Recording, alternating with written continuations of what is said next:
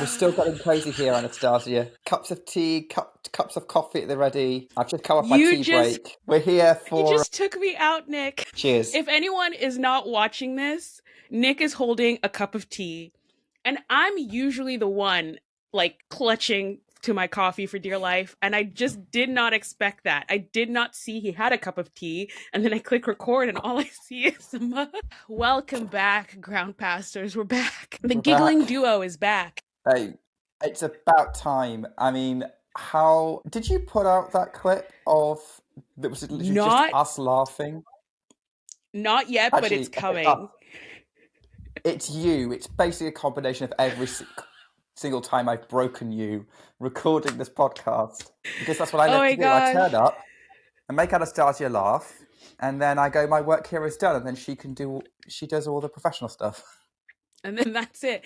If you don't know what we're talking about, it's coming soon. So basically, we record on this platform called Riverside. Just like every other app in the world, they're doing like a Wrapped. So your year of 2025 Wrapped. And they did one of us. And I have to say they hit the nail on the head, because that was just us in a nutshell. Basically. And I will be posting it to our Instagram probably next week when this podcast is out, so that you can all just laugh at us, really, is basically what it is. But we are back. Welcome back. This is the last episode of season 2 of Ground Pass, but it's also like the beginning of the new season. Yeah.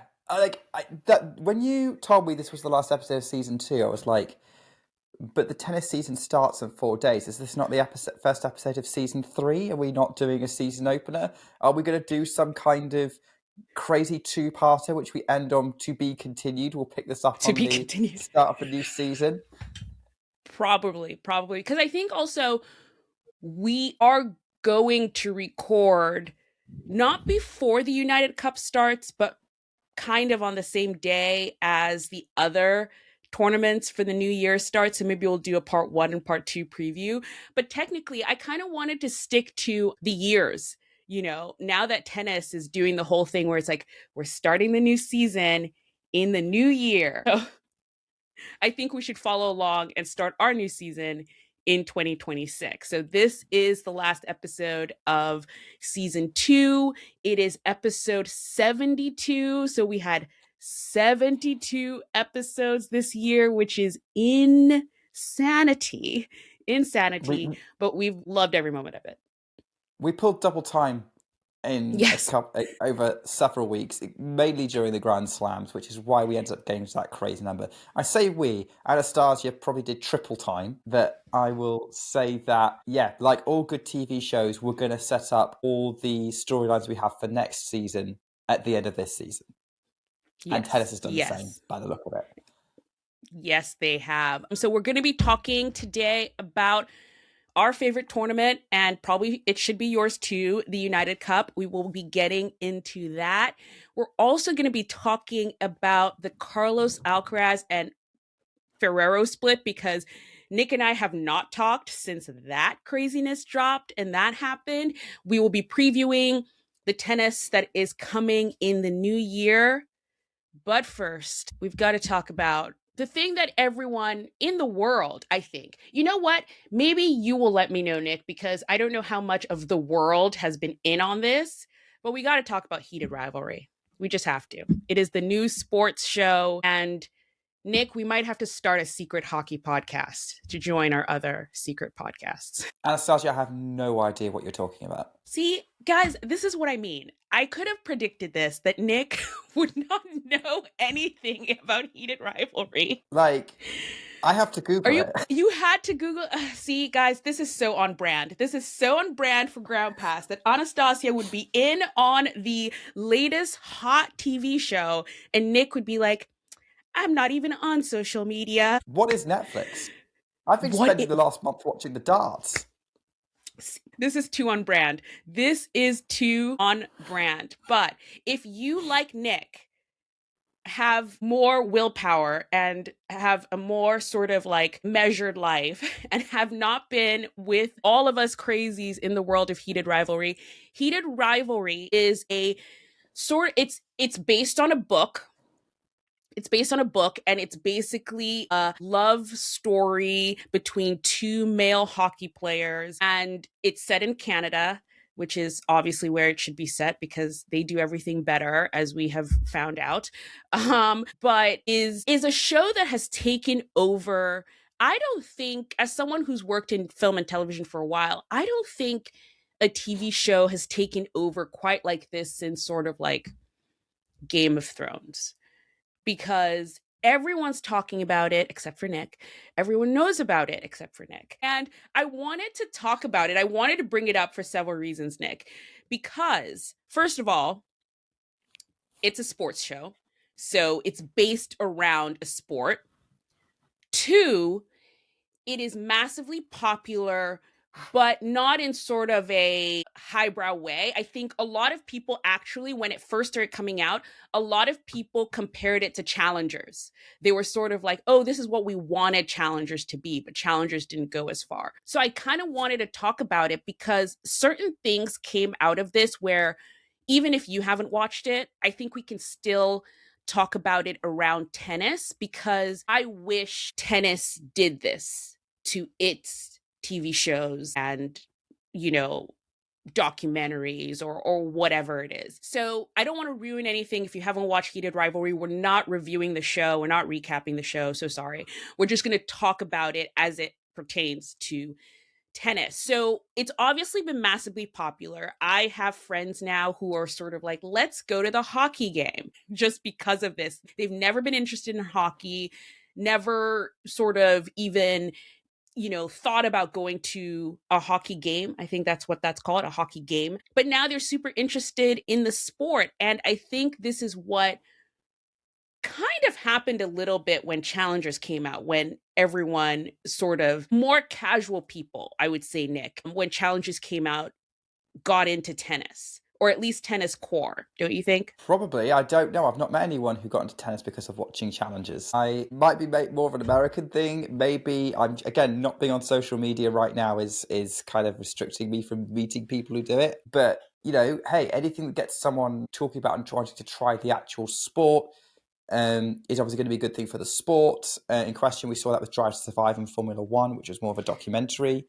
And that got a lot of people coming over to that. So, yeah, we'll have to see. Maybe one day tennis will find its thing. I think Challenges did open some doors for people, but I don't know that many people who watched it in the UK. So it might be, this might be more relevant to an American audience that I'm just not connected with. If you think there's going to be a lot of British people wanting to watch hockey, good luck, because you can't watch hockey in the UK. There's no way you can actually watch it. I know Wait, one guy really? who plays it, and that's it. Yeah. Ice Wow. hockey anyway. Field Yeah, hockey, yeah, yes. yeah. Ice hockey, no. Oh, wow. That is so actually that's interesting, because then it wouldn't really carry over unless I don't even know. So they just don't like broadcast the NHL in the UK. No, not that I'm aware of. They might do, but suddenly all the major sports networks that I know about don't. Like Sky Sports doesn't. Yeah. I don't believe TNT does, and that's the other major sports network over here. So yeah, if you're a British ice hockey fan, you might please tell us, how do you watch it?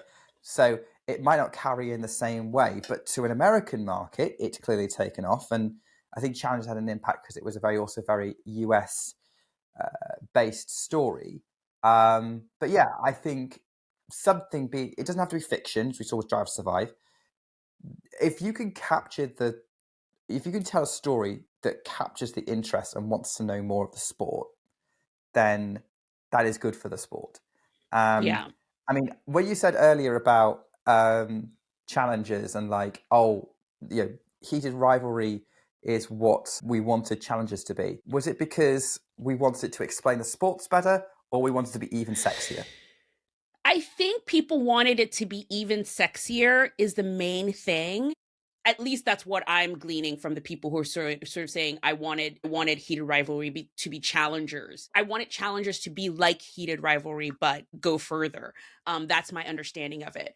But kind of bringing it back to sort of the way people have received Heated Rivalry, and because it's weird. I watched the show. I love the show. It was so fun. Like the show was just so fun and emotional and lovely and sweet and all of those things. But I've actually really enjoyed watching the recaps to the show. Like I've all of a sudden gotten into all of these hockey podcasts who are recapping the show, which I just find so hilarious. And I wanted to ask you what you think, because in my opinion, things like Challengers and Breakpoint come out. All the response that I see in tennis quote unquote media, or like tennis podcast or tennis like super fans, there's such a huge sort of concentration of, well, they didn't get this right, and then the tennis wasn't right in this thing, and that didn't look realistic, and why did they cut from the deuce side to the other deuce side? Like, that doesn't make sense. Like, there was so much focus on what was wrong instead of just sort of being like, okay, well, they did this right, and this was fun, and this could improve, and let's just enjoy this as a piece of entertainment. Whereas with these hockey podcasts, nobody is talking about how bad the hockey is realistically. Like, they make a bit of fun of, like, you know, little mistakes that the show makes in terms of like the hockey, but they don't focus on that. They just like focus on the brilliance of the show. And I wonder what you think, because I think this is a specifically tennis problem. Like, we get too nitty gritty into the tennis of it all versus just let's enjoy this show. And tennis Yeah, happens to benefit from it. yeah, I know what you mean. I think that is exactly, you're right, you're summing up what happened with Breakpoint, what happened with Challengers. Like, everyone wanted to. I think there's a lot of people in tennis who've become tennis fans who fell in love with the sport as it is and didn't need something else to sell it to them to make them interested, right? They liked the way the sport worked. And so they kind of expect other people to do the same thing and find it weird they don't. So, and I think that's just a generational thing. I mean, I'm including my generation, by the way, because I would say I kind of followed tennis for a similar reason. I just watched it and thought it looked cool. Yeah. And with this, because yeah, you're right. I think you don't. I'm thinking that I'm trying to think of sports that aren't necessarily like mainstream, like everybody knows about. Like if you do a film about football, and I'm talking whatever you Americans play, the All right, Nick. like generally that one's they get that right. Like they get that right. Nobody complains about an American football movie, an NFL movie, or anything like that. Similarly, if you do one about actual football or soccer, so that's what you get. So if I think about how F1 reacted to Drive to Survive, because I've been an F1 fan for probably longer than I've been a tennis fan, I remember like when Drive to Survive first came out, there was a lot of warm reception to it, actually. Other than people saying, oh, we would have wanted to see the top teams a bit more behind the scenes in that first season. But other than that, it was pretty good. And they only had Red Bull. They didn't get access to Mercedes or Ferrari, but they got that for season 2. And I'd say the established F1 fans only started complaining about it in later seasons. Or there's a whole thing in F1 at the moment, like the fact there's people who complain about the quotes Drive to Survive fans, the people that only started watching because of it. And I think there's always going to be this divide of people who got into sport one way and really struggle with the fact that people are getting into the sport in different ways and like it for different reasons. And tennis does suffer from this, but a little bit. But it would suffer from it however much the thing captures the imagination, because how accurate something into the sport isn't going to be what captures people's imagination No, in a no. fictional show, for Yeah. sure, and to a certain extent a documentary where you're trying to tell a story in a different way to how a story naturally unfolds in a sporting situation. It may well be they'll go, well, there's all these new people. Maybe if something is just hugely successful, they'll be nicer to it. But because Yeah. it didn't necessarily take off in the same way, and it, we could afford to be a bit harsher on it. But yeah, I don't know. I think you could probably just say, just enjoy it. I think it does the trick. There are people who followed it, watched it. It was fine. It certainly wasn't. I think we can't afford to be less harsh on it. But yeah, the tennis world as a Yeah. whole is, as we've discussed before, Anastasia, very resistant to new things. Yes, it is. Yes, it is. Which is, and that's why I think this might be just so specific to tennis, because every time you kind of bring in anything like, oh, how about we get rid of best of five? Please never do that because that's ridiculous. Or, changing from 6 games to 4 or anything new, you just do get a lot of hoopla around it. And it's mostly because everyone just goes, well, this is just how it's been done before forever. And you're just like, that's not sometimes the best reason for something. I think we can find other things, but I do think there is an element of, because in my opinion, if you can't sell a show with the fan base, it's really hard for you to then translate it to anyone else, actually, really. Because like you said, for example, Drive to Survive, the first season, was not trashed immediately. The fan base kind of took it on board, even though sometimes a lot of their opinions have changed now. They took it on board to start with. And I think Drive to Survive just did not have a chance in any way to be successful, because that first season, everyone was just sort of like, well, this is wrong and that is wrong and this is wrong. You mean Breakpoint? And Breakpoint is what I mean. Yes, Breakpoint.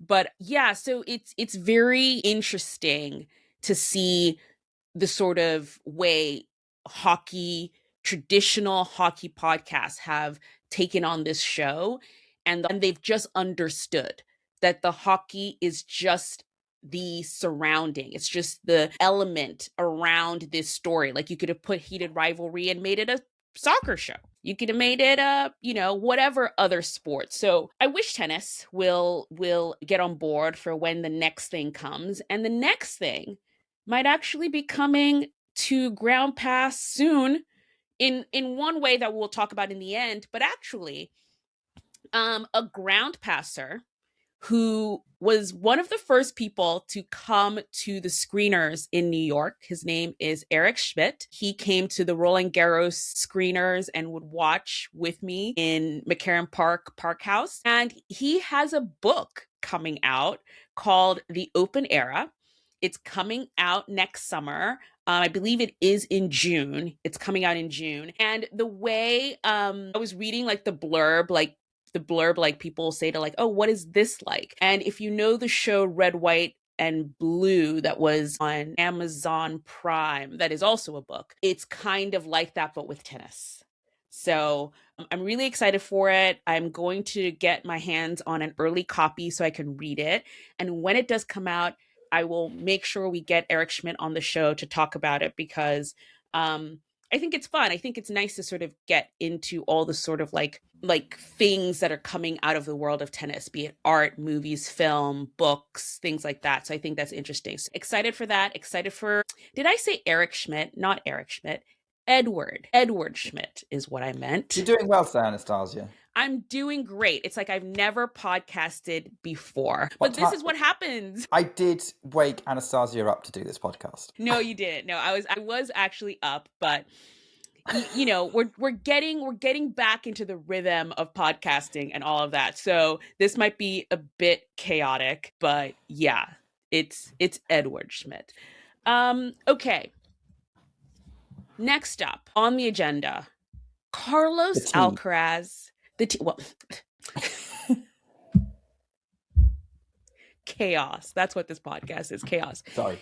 Carlos Alcaraz and Juan Carlos Ferrero have split. Nick, where were you when you heard the news? Where was I? I might have been at work. I can't remember what day that happened. It was before Christmas, wasn't it? Yeah, it was. Let me have a look. I'm just going to look back at. I think I saw it, and I think I messaged you. Yes. ASAP on it. So 17th of December. There you go. So we are. Good grief, that was 11 days ago as of recording. So yeah. Because I messaged you, Anastasia, and I said, Carlos, what have you done? What have you done? What have you done? Like, that was... So yeah, I was at work, and I just happened to... Because I periodically check news stuff when I'm at work, just give me something different to look at. And I just clicked on the BBC Sport page and I got breaking news. Carlos Alcaraz splits from Juan Carlos Ferrero. And I was like, what? And I'm pretty sure you weren't awake yet, but I just immediately messaged you with it. Just like to that cryptic thing of Carlos, what have you done? Just to get you to check the news. Because that was just like that. Talk about a season finale to set up the storylines for the new season, because that's just like, can you imagine that if like you did a dramatization of Alcaraz in 2025 and that was the final scene of them breaking up, and then that just sets everything up for 2026. Yeah, no, it was, and it's so funny. So when I first woke up, actually, I didn't see your text yet, and I remember going on Instagram, I think I was on Instagram, and I just saw, because I follow them both on Instagram, and I just saw like a photo of Juan Carlos hugging Carlos from the French Open, that famous photo that we all know. They do it at every tournament. And I thought, this is an odd photo to use as a Christmas message, because that's what I thought. I thought it was like a great season, Merry Christmas kind of vibe. Like I thought that's what it was. So I thought, this is an odd photo. And I started going through the carousel. And it literally was just like photo after photo of them like hugging and like, and I was like, what is going on? And then I read the caption and it's basically Juan Carlos saying he's no longer going to be working with Carlos Alcaraz. And I thought, whoa. Remember when we were all thinking, who's going to replace Darren Cahill in Yannick Sinner's camp? And it's actually Carlos Alcaraz and Juan Carlos that are not going to be working together in the next season. Yeah, because do you know what? I completely lost track of time because I've talked to some other people about it, and I completely did not realise that Sinner had actually decided to stay with Darren Cahill, and there'd been a conversation at Wimbledon about it.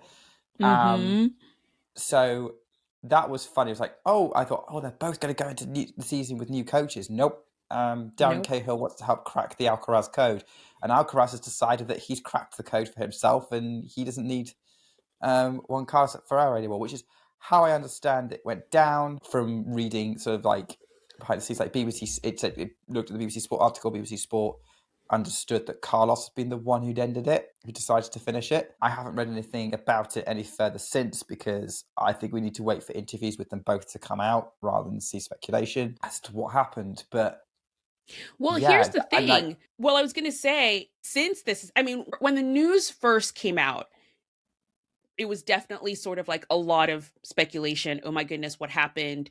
Is it, who doesn't like who's fighting with who?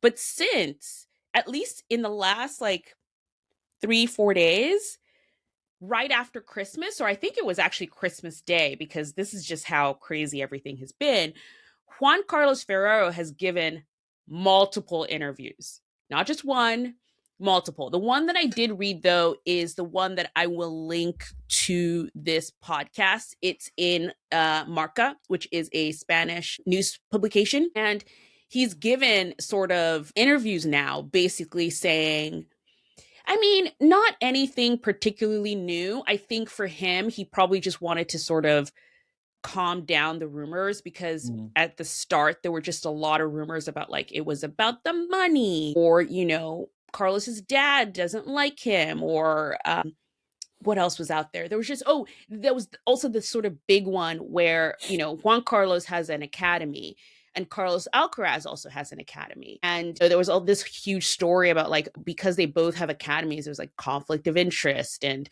Juanqui wanted Carlos to come over to him instead of vice versa, which is crazy. Like, the fact that anyone would believe that, I feel like Juan Carlos is a little smarter than that to like, kind of try and propose something of that nature. But yeah, so I think mostly what that article is in La Marca is just sort of dispelling, and you hearing from him directly saying like, these are not true. It was a contract dispute from him. That's what he says. Like, there were just things in the contract that he could not go along with. We do not know what those things were. And so far, we haven't heard from Carlos. So you're right. Australia is going to be interesting. Yeah, because Carlos is going to get asked about this all the time in his press conferences. I bet you it's going to be the first. He might be smart. He might need to be smart and address it in the press conferences ahead of his exhibition with Sinner that's happening, Mm. so that it doesn't disrupt his preparation too much. Because, like, to me right now, that's not what Carlos needs. Because we also don't have any news of Carlos having a new coach. He seems to be coachless right now, and He's going to stay with Samu Lopez, yeah, who of course, joined the yeah. team. Yeah, Samu Lopez, who joined the team, what was that, halfway through last year or beginning of last year? Actually, he is now the head coach. He's staying on with him as his head Okay. coach. Yeah, It's okay. So he's keeping people he trusts and knows how his game works, and it could just be down to, like, well, he knows inside out what they've been working on. So that level of consistency shouldn't disrupt him too much, because I think that's the whole question. Is like, from a sporting story perspective, is Carlos Alcaraz going to perform better, the same, or worse without Carlos Ferrero? You've defined, then you've got different definitions for what would be better or worse or anything else. Like, and it could be, and reasons for why not. But that's what we're all going to be asking about once this all dies down and we now know the reason why it all split up. Contract could mean anything from money to commitment levels to, like, specific role, things like that. So yeah, it's interesting that they couldn't continue over something like that detailed, but hey, I guess we move on, and I'm excited for the new chapter of Sinkeraz we're going to get. Actually, I will yeah, miss seeing the relationship between Juan Carlos Ferrero and Carlos Alcaraz on the court. I think that's one of the things that we most enjoy about Carlos and the storyline at the top of the game. But sometimes things change, and we can write some exciting new things. So yeah, let's see what else comes out. Let's see how Carlos plays. yeah, yeah. And to be honest, they've been together for 7 years. 7. That's a long time for tennis coaching. I think coaching in general, really. I don't know how many coaches stay with teams or anything like that for that long. Even Darren Cahill hasn't been with Sinner. I think they've been together for 3 years, if I or 3 or 4, if I remember correctly. Ish, yeah. Because I think he Yes, took, that's right, because he would have taken on Cahill max. Yeah, it would have been max 3 years ago, because he became yeah, free when Simona Halep couldn't play. exactly. Yeah, yeah. So it's not been that long for them. It's been forever for Carl. Like he was his first, adult coach, I guess you would say, in terms of, like, he got him when he was so young. I think he was 15 or so when he started working with Juan Carlos. Here's my question for you, and I think the question a lot of people will be asking, only because they had such, like, I think what drew people to that partnership so much was how much of a personal relationship they seem to have. A lot of people used to be like, oh, it's like his second dad kind of thing, or at least that's what it felt like. Do you think they're going to ever get back together? Question mark. Yes. I think there will come a time in Carlos's career where he needs to find an improvement. He'll need to dig deep within himself and find his best version. And the only person that he's going to trust is Juan Carlos Ferrero. And we've seen this happen in recent years.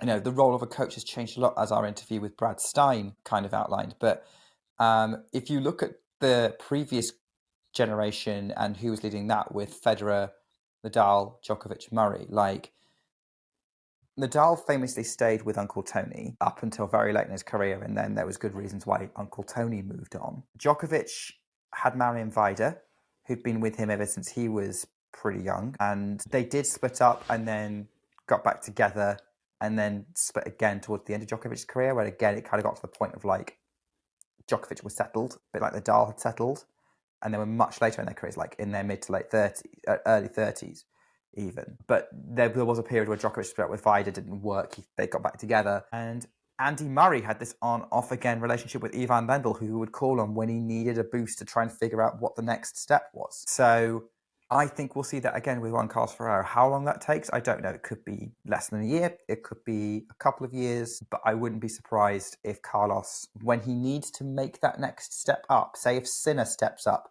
or Joao Fonseca becomes this absolute monster, or Leonard Tien can out-rally him, or some other guy who we haven't heard of yet shows up, and Alcaraz says, I need to make that next step and I can't figure it out, he's going to go back to basics. He's going to go back to Juan Carlos Ferrero. That's what I think is going to happen.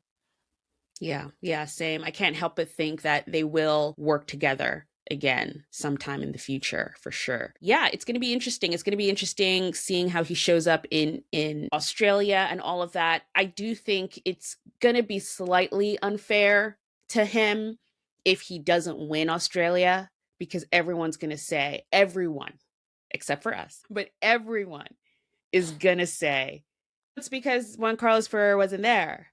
And I think that will be incredibly unfair because it's a grand slam. It's not like, oh, it's the easiest thing to win. Can we preempt this then and say Carlos Yes, Alcaraz has not won the Australian Open with Juan Carlos Ferrero? He's no worse off. exactly. Like, he has to Exactly. crash out in round one for it to be official disaster. Yeah, yeah, correct. Um, okay. It is time now to get into the preview of one of our favorite tournaments of the year, the United Cup. Nick, I mean, I keep saying it is my favorite, but why do you like the United Cup? I think it's everything we want a team event to be. It's got all the big stars. It's constant tennis for 2 weeks. It feels like a mini slam with all the top players going head to head almost from day one, with kind of these big stadiums that they play in and the drama that can happen with it. The fact that you've got the fact that they're playing for their countries and there's all of that emotion around playing around that, and the fact that we've been starved for tennis for like 6 weeks and really miss it and want it back, and it's a great way of sort of jumping straight back in. So I am 100% excited for United Cup. I love it. It is one of my favourite tournaments of the year. This year will be no exception, although it might, we'll talk about it maybe towards the end, it might have a little bit of competition this week in terms of my attention, but Yeah. when the rest of the tour gets going. But certainly to start things off, I really enjoy it. Yes, I agree with pretty much everything you said. Love how I like mixed events and I love team events Mm. because it's very few and far between that we see really fun, exciting team events where all the top players are playing in tennis. Usually they're concentrating on their individual game. And then when it comes to things like Billie Jean King Cup or Davis Cup, not all the top players play those. But something like United Cup, you do get a stacked field for the most part, especially because it's such a great prep to start of the year. I think it's in such a prime position, and that's why it gets so many of the big stars willing to play it. But let's give a quick rundown of how the United Cup works. If you have not ever watched the United Cup before, it is a group event. Teams are playing for their country. It is a mix of two singles players and then a doubles team. That's how it works. Obviously, they have alternates and things like that for if someone has to is not able to play, but that's the makeup of the team. So they are two singles matches, two women's, one women's match, one men's match, and then a doubles match, and that's what each group plays. They are a total of 18. 18 teams are playing, divided into two groups that are played in two different Australian cities with different time zones. We're back, baby. Tennis is back. we're Absolutely, gonna yeah. Yeah, we're going to be in the time zone sort of. I need to get all my clocks back and just sort of, line everything up. But the United Cup is played in Perth and Sydney, the group Mhm. stages. And then for the sort of semifinal, final rounds and everything, the top teams in Perth travel to Sydney, and then the finals happen in Sydney. So that's pretty much the layout of it. The countries playing this year are USA, Spain, Argentina, Italy, France, Switzerland, Great Britain, Greece, Japan, Canada, Belgium, China, Australia, obviously, Czechia, Norway, Germany, Poland, and the Netherlands. So you can almost guess who is going to be on those teams, right, Nick? You can. I mean, there are some countries that were spoiled for choice for who they could have picked, especially given men's and women's. I'm looking at you, US. You went for the obvious one. You went for the obvious choice, let's be honest. But so, yeah, Poland, automatically, you could predict it. One or two others, like the Australian team, is no surprise. I think the Brits had a team that was the obvious one until a couple of days ago. Yes, yes. Which, if you don't know what we're referring to, we'll probably mix a bit of news in here. But Jack Draper is injured, still injured. He hasn't played really since the US Open. Yeah. And this arm injury just hasn't got better. And now, not only is he missing United Cup, he's also going to be missing the Australian Open, which is a huge blow for him and for us as fans of the tournament. And which meant that he was supposed to team up with Emma Raducanu for Team GB. And, well, he's not now. So they've had to call on Billy Harris, presumably because, no disrespect to Billy Harris, he did a good job last year, but I'm surprised that Jacob Fernley wasn't available as the backup. Mm-hmm. Yeah. Cam Norrie was already committed to play somewhere else, so he couldn't do it. But that's for, yeah, you can predict the teams pretty well, and the US have gone with Taylor Fritz and Coco Gauff. That is the best, well, I think that's the best team they could have gone for, albeit you probably could have swapped Gauff for Keys or Anisimova or Pegula, and it probably would be still pretty strong anyway. But it's exciting, and I think there's some really good stuff there. I wrote down the favorite teams I had the look of. I like the look of Czechia. They've got Jakub Menšik and Barbora Krejcikova. He's coming back from injury. Like, that's such a good team. Yeah. I like the look of Canada. They've got Felix Auger-Aliassime and Victoria Mboko. Like, wow, that's going to be a tough team. That is going to be such a tough team. Yeah. Okay.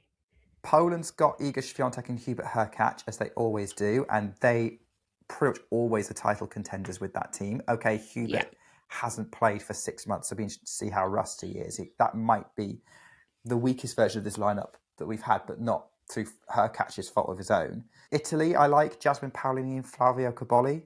Is such a good team.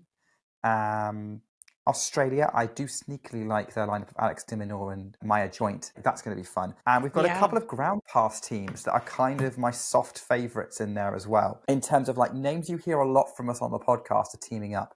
So France have got Arthur Rinderknecht and Lois Boisson, who are like two of the players of the year last year. Yeah. That's going to be fun. And then Spain have got Jaume Munar and Jessica Buzas-Monero, who we've mentioned a lot. So for us, we're going to be rooting for France and Spain over here. Yes, we are. That's going to be our teams. No question about it. Okay. All right. It's funny. I hadn't actually like drilled down to look at the names of who was on which team, because I thought I could kind of, guess for the most part. But Felix Auger-Aliassime, Victoria Mboko, and Alex de Minaur and Maya Joint, I love that mix of veteran and newbie that those two teams have. Like, that's going to be fun. That is actually going to be fun. And I'm looking at the groups now, and Canada and Australia are not in the same group, which is great, because then they can win maybe their groups, probably, maybe. But it's going to be so tough. Like, looking at these groups, like Spain is going to have it tough to get that Spanish ground pass team out because their team is in the same group as Team USA. So that's going to be a tough one. And France, they'll have to go through. I think Italy is probably the one that a lot of people might be looking at as the favorite for Group C, although the Swiss team's pretty tough because they've got Belinda Bencic and Stan Wawrinka. Oh, Stan Wawrinka, who, by the way, I didn't even add him to the news of that we're going to go through, but we might as well say here, Stan Wawrinka announced that 2026 is going to be his last season, and so he's going to be doing a lot of sort of like, goodbyes to tours around the world, to tournaments, around the world. So that's going to be really interesting. But that's the best group. That is the best group by far. You've got Italy, France, and Switzerland. Yeah, that's going to be like really, really fun matchups. And, so the United Cup is from the 2nd of January to the 11th of January. This podcast is coming out tomorrow, which is the 29th of December. Guys, the season starts in like 3 days. It is crazy because it's really funny because, you know, Nick and I had some podcasts in the bank. And if you haven't listened to the Meet Professional episodes that we had with Nick McCarville and then with Brad Stein, go back, listen to those. Those were really fun to record way earlier in the year. But it was nice to have those to sort of like, you know, put up, and Nick and I could have like a break from podcasting and things like that. But Nick, I feel like Nick, we had a shorter time last year, but for some reason this year, I'm sort of like, I can't believe the season is starting already. Yeah, this is the nature of what we do. I think probably a lot of players are thinking the same thing. Yeah, I mean, I feel more rested compared to this year than to last year. I do feel we got a little bit more time and we're a bit more sensible about it. And I do think actually starting during the calendar year is going to help because the United Cup had started in December last year. Yes. I think it's helped. I think there's extra few days to a week has helped, but it's still, it's kind of sprung on us a little bit that, it's starting very, very soon. But I'm kind of ready for it. I'm kind of here for it. I don't feel burned out. I hope the players don't either. I am so happy we have tennis back. And that's kind of how I'm feeling right now, regardless of how quick it's gone. Yeah, no, it's great to have tennis back. And I think the United Cup is such a great way to start the season, because a lot of people might be thinking is like, oh, why do I want to watch this sort of team event? Like, what does it really mean? And, you know, it definitely has some elements of, you know, here are the reasons why you watch the United Cup, in the sense that, first of all, it's a preview to the Australian Open. Our first Grand Slam of the year is 2 weeks after the season starts. Like, it starts so early in the season. And this is the first chance to sort of see the players and see where they're at and almost try and predict. You can't completely predict how they will do in the new season or in the first Grand Slam of the season, but it's nice to kind of, in a chill way, get a first look at these tennis players and kind of try and predict how their season could go. And I have to say, the United Cup has a good track record of kind of softly predicting a season. I wanted to go through some of these because even looking back at them, I was sort of like, oh, wow, the United Cup did have it right in a way. First of all, Thomas Mahak last year played the United Cup, and he had an absolute flame out. Like, he just did not, I think he had one good match, but really did not impress and really didn't do well, which was surprising based on how he had ended the 2024 season, where he had that Shanghai sort of like run in 2024, and everyone was like, he's the best player in the world. All of a sudden, like, he beat Carlos Alcaraz. He like pushed Sinner. Was it Sinner he played next, or was it Novak? I think it was Sinner. Novak, I think. Was it Novak? Yeah, I can't really remember now. But I mean, he really was just sort of like, oh my goodness. So everyone was so excited for Thomas Mahak, short shorts, going into the 2025 season. And he did not really impress right away in the United Cup. And at first you thought, oh, it's just rusty, you know, it's just the beginning of season. But no, his 2025 season is one to forget for him. He just did not, it never came together. He was injured for most of it. So, you know, and you kind of saw that at the United Cup. I will say again, the next one was Coco Gauff. Kind of, I put here Coco Gauff flips her head to head with Iga Swiatek. She didn't like flip it completely, but I think she won all of their matches in 2025. Do I have that right, Nick? I can't remember. Well, yeah. Do they only play twice? Yes, they only played twice, right? United Cup and then Madrid. Yeah. But Coco Gauff came out last year at the United Cup and everyone was like, whoa. Do you remember that? I do. That's like the best I've ever seen Coco Gauff play that tournament. Yeah, it was kind of like, who is this person, and is she going to win every Grand Slam coming through? She didn't. She won Roland Garros, but I do think she hit a different level as a top player, for sure, which started the United Cup. Then we had FAA defeating Taylor Fritz at the United Cup last year, and you know, he ended the. Is he? Ooh, is he above Taylor Fritz or he's right after Taylor Fritz right now I in the think he's above rankings? Fritz now. United Cup, baby.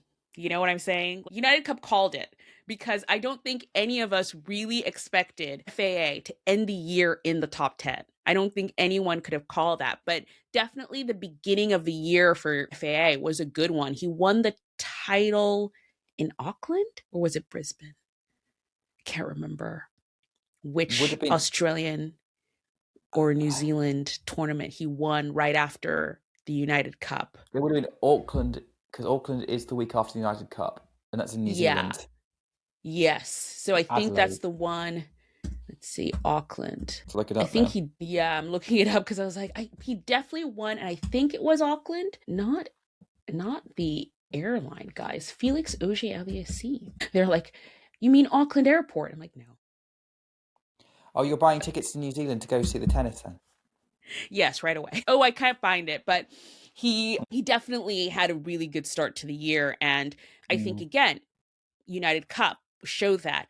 Flavio Caboli had an excellent United Cup last year, and even though the middle of the season didn't really follow that trend for Flavio Caboli, he ended the 2025 season on such a high.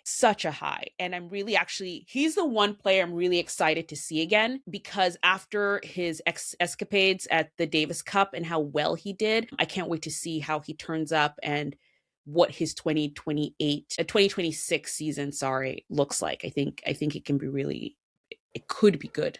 It could be good. Found it. Which one did he win? Adelaide. Adelaide. There we go. I was like, it has to be one of these. Yeah. One of these Australia, New Zealand So he won tournaments. Adelaide in 2025. So yeah, that's after that. Yeah, Kabali, I think is going to be good.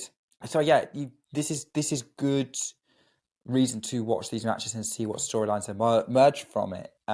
Equally, we got some false starts. Like we thought Katie Bolter would have the year of her life after she played an amazing match with Iga, Yes. and then didn't Mm-hmm. happen. You've got. But even then, like Rabakina, we saw kind of shoots of Rabakina kind of returning to the top of the game, and that took pretty much the entire year before it came to fruition. But it kind of set the tone for her season of like almost but not quite. So there are definitely moments in this United Cup that I think we should look at. I have got a list of matches that I'm excited for, and I want to see because Anastasia, I know you haven't gone into the nitty gritty of it, so I want to see what your reaction to these are.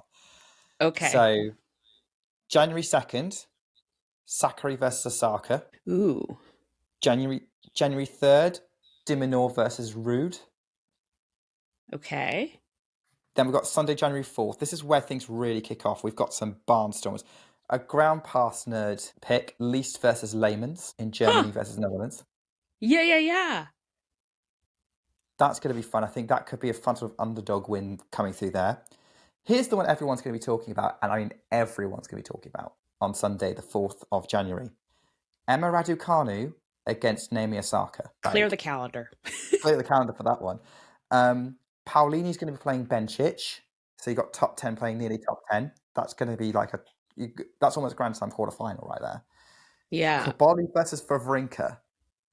Oh my That's got goodness. Oh explosives my all over it. goodness. Do you know the first thing I thought of when you said Yeah. those two names? I thought, are we going to get another Stan Wawrinka Holger Rune at the net? Yeah, probably. Probably. You've That could be got fun. January 5th, Jakub Menšik against Casper Ruud. Okay.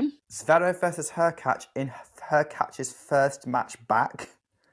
Wow. Ooh, not even easing him into it. Just like, No, okay, straight Monday, January the straight 5th. into it.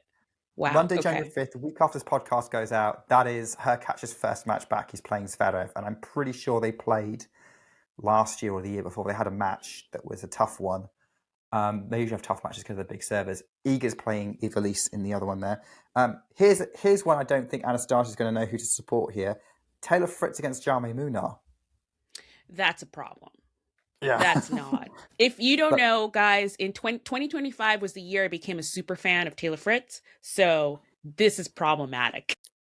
Yeah. Yeah, complete problem there because like we love both those players. Yeah. And Tuesday, January 6th, because that's the end of the group stage. I didn't see anything on January 7th that caught my eye. So here's one I think is another one of those kind of matches, Anastasia. Same vibe as Fritz and Munar. Felix against Zizou Okay. Bergs. Yeah. No. Oh man, not Zizou. Yeah. No. Oh, Yeah. that's not fair. Guys, let's That's going change to be tough. that. That's going to be really tough. For both players, I think. I think Zizou's going to show up and he's going to shake Felix.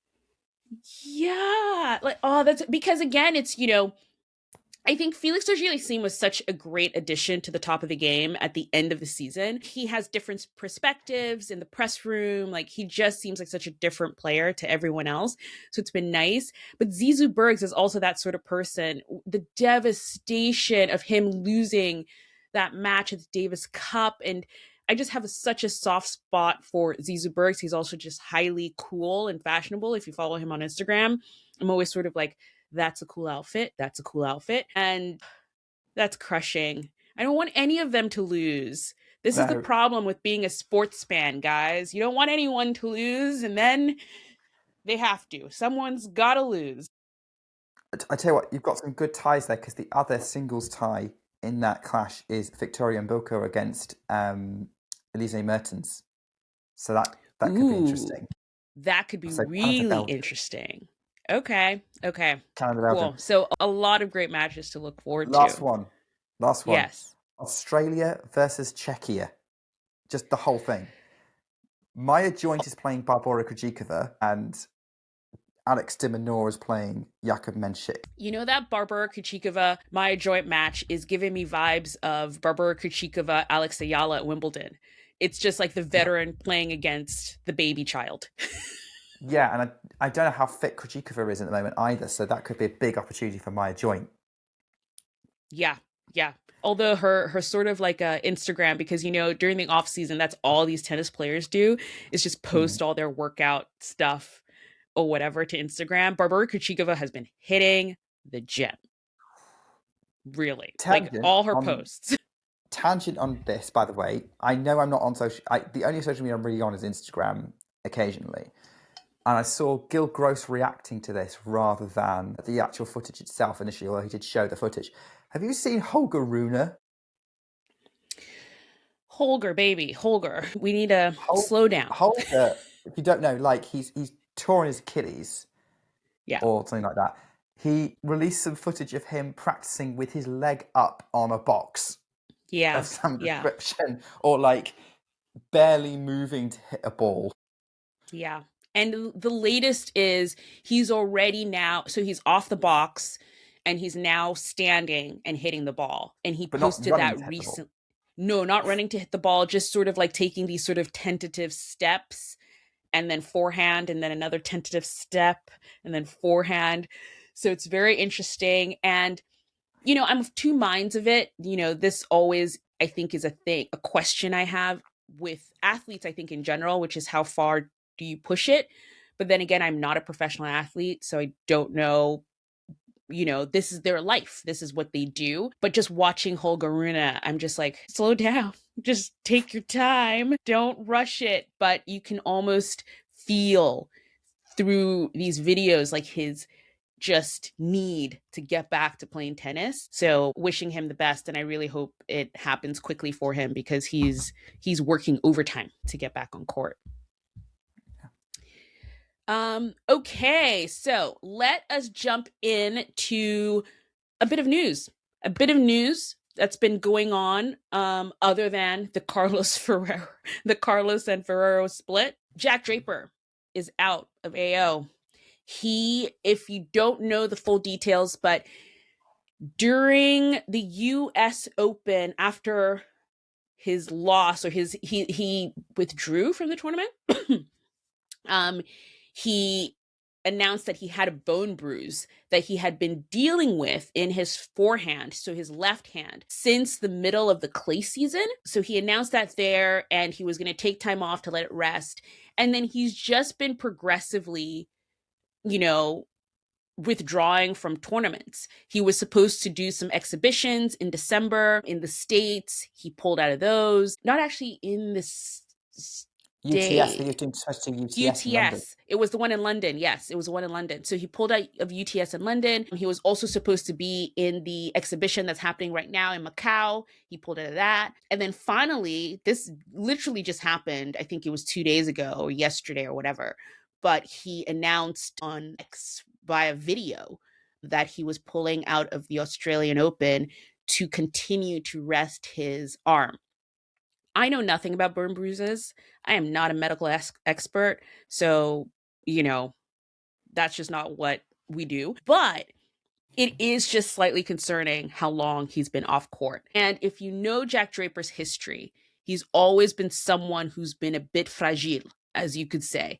He, in the beginning of his career, it was very much sort of heat related, and he would sort of like flame out of these tournaments, he just wasn't physically fit to play so long in the heat. And then there've been other sort of like body issues. Like I know he did something with his hip at one point, but it's just been ongoing with Jack Draper. And 2025, I felt like was finally the season where he even started the season hurt. Remember in Australia where, he would keep going through these 5-set matches and we would be like, how long can Jack Draper do this? He seems like he's about to break. And I think he finally retired against Carlos Alcaraz at the Australian Open at the beginning of this year. And now he's not even going to play the Australian Open this year. And there's no sense as to when he'll be back on court. It's a shame. It really is a shame. I don't know about you, Nick, but Jack Draper to me was, and I know it's a little bit reductive to just be like, well, he was going to be, the third, he was going to be the Andy Murray to Sinner and Alcaraz, but he was a player. He beat Alcaraz at Indian Wells, and he just seemed like a player who could, at his highest level, like insert himself into that duopoly that is the top of the game right now on the ATP, and now he's gone for a while. I think it's more of a shame for him. I agree with you. It's the longer someone's out, the more concerning it is for them and their career and how sustainable it is, and like how they're going to be when they come back. I became excited about Jack Draper when he started showing he could beat Carlos, and it's just not working out for him at the moment. Like he and Holger Rune are kind of similar again. They're both injured. They're both at their top level. Could probably trouble these two guys. And I think, when we're talking about how hard are these guys working to beat Alcaraz, this might be the cost of it to try and get there. This is something I looked up when I saw what happened. If everything goes horribly wrong up until Indian Wells, where he's defending the title, he could drop out the top 20 after Indian Wells. Like it's that level of jeopardy for his ranking, which could mean that when he does come back, he's going to have to climb his way back up again. Right. Which, considering his record of injury, is probably what he would want to avoid, because then you have to play more matches and you have to it's almost like this sort of never ending cycle of him constantly being out of the game, having to build back up, then getting hurt, then getting out of the game, then having to build back up. So wishing him the best. Hopefully he gets back soon, because again, he's someone who is great for the game and would be nice to see him, there on top of it. This was a fun little thing. But a friend of ours, Ian Mondial, he's been on the show before. He runs the 40 Love Tennis account on Instagram. He's always around for our fashion breakdowns during the Grand Slams. He posted on his Instagram that Nike has posted a job for someone to help run their tennis kit division. And when I tell you this is the biggest breaking news of 2025 in tennis, this is the biggest breaking news of 2025 in tennis, guys. Nike is back, apparently, allegedly, maybe, possibly. But that would be so awesome. As someone who, I really enjoy the kits. I really love seeing like what's new and all of that. In fact, the Nike kits for the Australian Open have already started to drop. They're not as bad as I think people are saying. Check out Kaya courtside, our lovely Kaya, who is with us for UTS. She breaks down all the looks and stuff, and she has already broken down some of the Nike looks. But I just think it's great. And I think it's a testament, Nick, to, you know, the popularity that tennis is now having and the staying power. I think maybe a couple of years ago when tennis started kind of getting back to the heights of those sort of like early 2000 late 90s kind of thing, there were lots of people wanted to get tennis outfits, and challengers was happening, and breakpoint was happening and all of that stuff. People wanted to go to the US Open just to hang out. There were a lot of brands, aka Wilson, who took advantage of that and kind of made clothes that looked good and people wanted to wear. And they've been dressing Martha Kostyuk. She's always the best dressed on court all the time. And Nike, which represents like Serena Williams and used to have all these sort of like cool looks and outfits for her, just has fallen off of a cliff. So it's nice to see that they might be possibly, maybe, probably coming back into tennis. I'll take your word for it.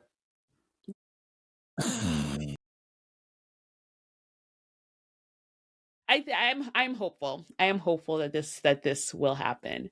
For By sure. the way, all the people you just named should probably apply for that job. It's so funny because Ian actually, after he posted that, I think a lot of people did reach out to him to say he should apply for the job.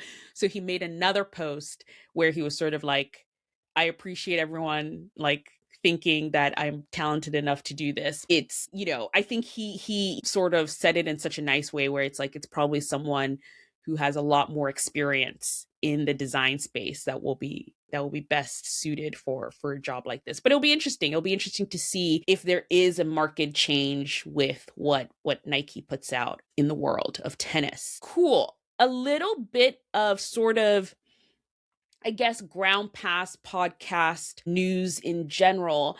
I think with our time off, Nick, I've been kind of thinking of, oh my goodness, we did 2 seasons of this. Remember when this was just like a fun little like, let's just talk about tennis online. You mean it's not? Thankfully, it still is. Thankfully, it still is. But I definitely started thinking over our mini break as to sort of like what ground pass is.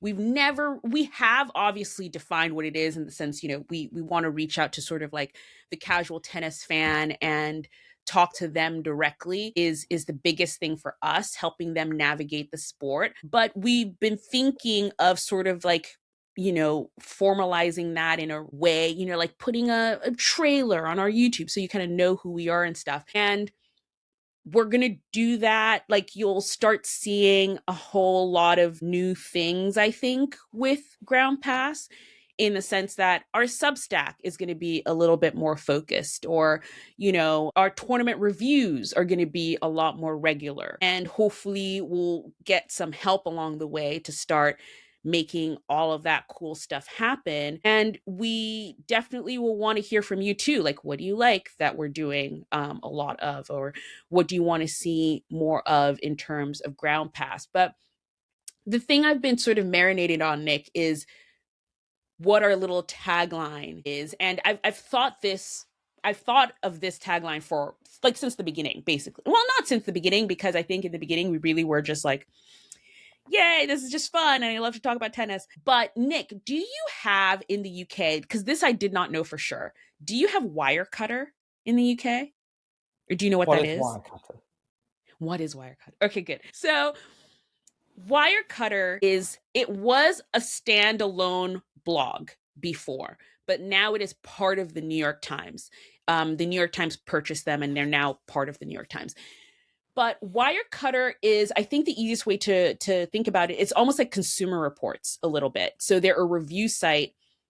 They will tell you everything from what is the best like pen to buy to what is the best washing machine to buy, or coffee maker or mug or anything like that. And the way they became a very trusted site because they would show all of their research per se. Like they would be like, this is what we tested, this is how we tested it, this is how we tested and for how long. They were always conscious of like making sure they gave a cost breakdown. Like they would give you the best cheap version and the best expensive version and that sort of thing. And I really truly do not make a purchase, and maybe this is just me because I'm always sort of like, I need to get the best one, that's the most cost effective. I never really make a purchase without going to Wirecutter to see what they say first, depending on what I'm looking. Like if I'm looking for a coffee machine, I'll be like, well, what does Wirecutter say the best coffee machine is?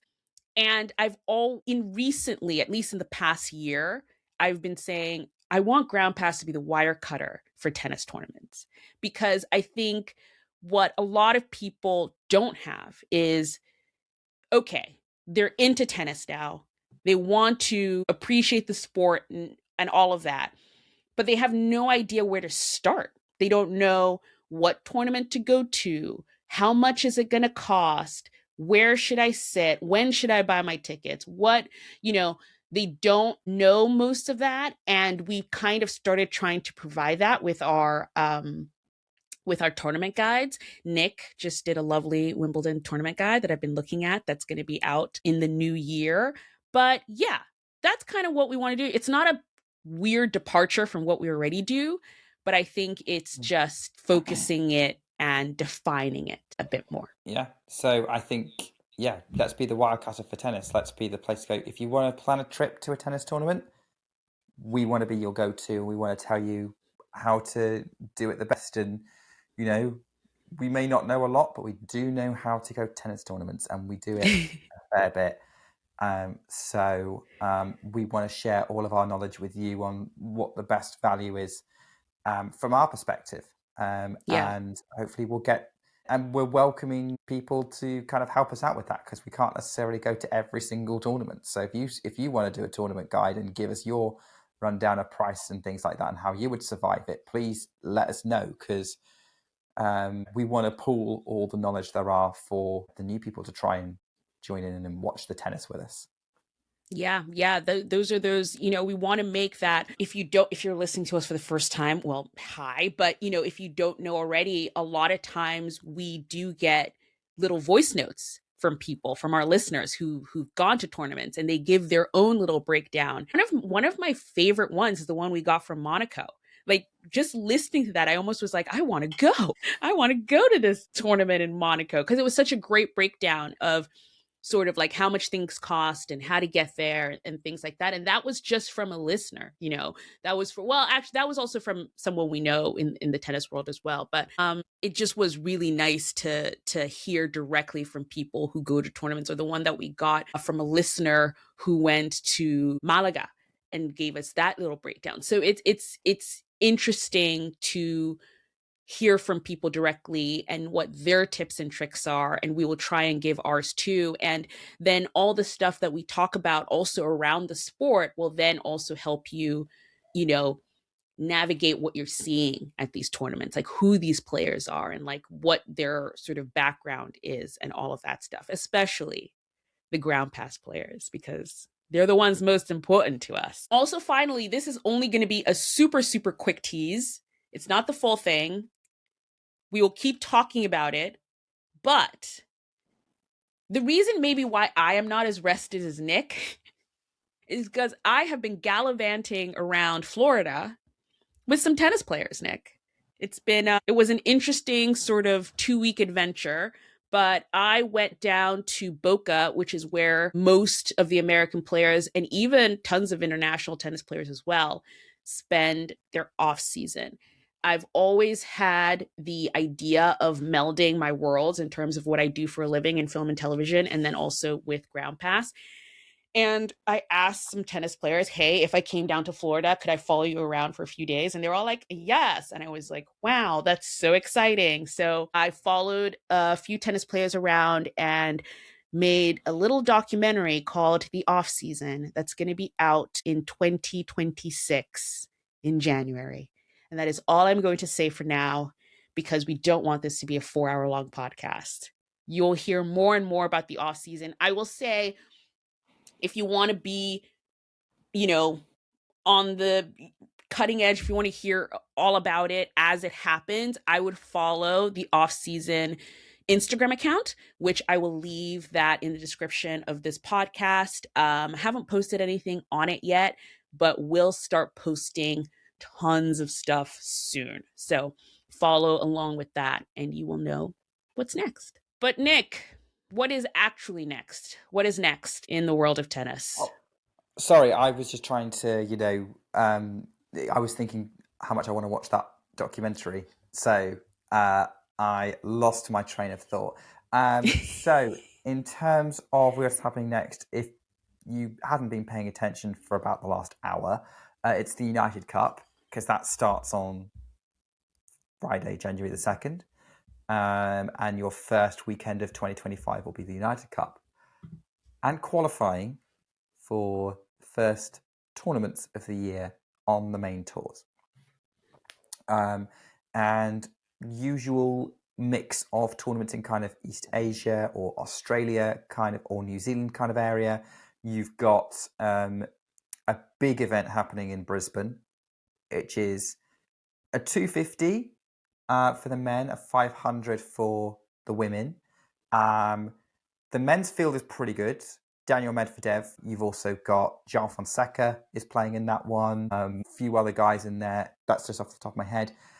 The women's is stacked, Anastasia, because the top 10 who aren't playing in United Cup all playing in Brisbane. You've got Sabalenka as the top seed. Anna Samova is seeded 2. Rybakina is seeded 3. Pegula is playing. Andreeva is playing. Alexandrova. Towson is playing. Ostapenko is going to be there. It's going to take me too long to, but I looked through it, it was like all the people who had really good seasons last year, and most of them are going to Brisbane. The ones you may have even realize about kind of being part of it. So Brisbane feels like one of those big 500s, and it's going to be really tough for me to juggle across all of the cities in Australia at this point, with Sydney and Perth hosting stuff in the United Cup as well. That's the tournament I'm excited for, and to sort of see how Sabalenka and Rybakina and Anna Samova are going to hit the ground, because we know Coco and Iga are going to be how they're going to start in United Cup. What's Madison Keys going to be doing? Madison Keys is going to start her Australian Open title defense warm-up in Brisbane as well. So big tournament there. And then you've got a couple of other tournaments. The men are playing in Hong Kong and the women are playing in Auckland, which is being headlined by Elina Svitolina, Iva Jovic, and Alex Ayala they're the top 3 seeds at that tournament. I am drawing a blank right now, Sasha. Who's doing Hong Kong for the men? In Hong Kong, it's funny to say who the headliner is going to be in terms of they're not the top seed, but I think the headliner in Hong Kong is going to be Coleman Wong. Cannot wait to see him play again. He's not the top seed. There's so many other players playing in Hong Kong. We have Musetti, Bublik, Rublev, all playing in Hong Kong. That should be really, really interesting. But I'm just excited to watch Coleman Wong on a court again. He's a really exciting young player and seems like definitely someone to watch in 2026. But you're right. We have a lot going on right at the start of the season. It's like there's no sort of, let's slowly ease into it. Nope. We're not slowly easing into anything. The season is going at 100 miles an hour right at the start of it, and excited to see it start and actually start watching competitive tennis again. I've enjoyed the fun, sort of loose exhibition season of the off season and just, not really paying attention to tennis in a competitive way. So it's going to be nice to start, getting back into the nitty gritty of competitive tennis for sure. Oh yeah, I'm so looking forward to this. I'm going to wake up to tennis, Anastasia. We're all going to start. It's the time zones. It's fine. Australia has to deal with this most of the year. So we are going to have to just live with the fact that this is just the next month is going to be tough for us who are not in Australia for sure. Okay, guys, this was another great podcast. Thank you so much for joining us on our very last podcast of season 2. We'll be back again, obviously, next week with the start of season 3 of Ground Pass and what is going on. You know what to do. Like, subscribe, do all the fun things. Leave us a rating on the podcast player of your choice. It was really nice to hit the number of 20 ratings on Apple Podcasts, which we had asked for. We hit it before the end of the year. Last time I checked, I think we were like 21 or 22. So thank you. Let us try and get to 40 in 2026. How about that? We'll get 20 more ratings and it will be fun. Again, thank you for joining us, guys. And we have a happy new year because next time you see us, it'll be in the new year. Bye, guys. Happy 2026.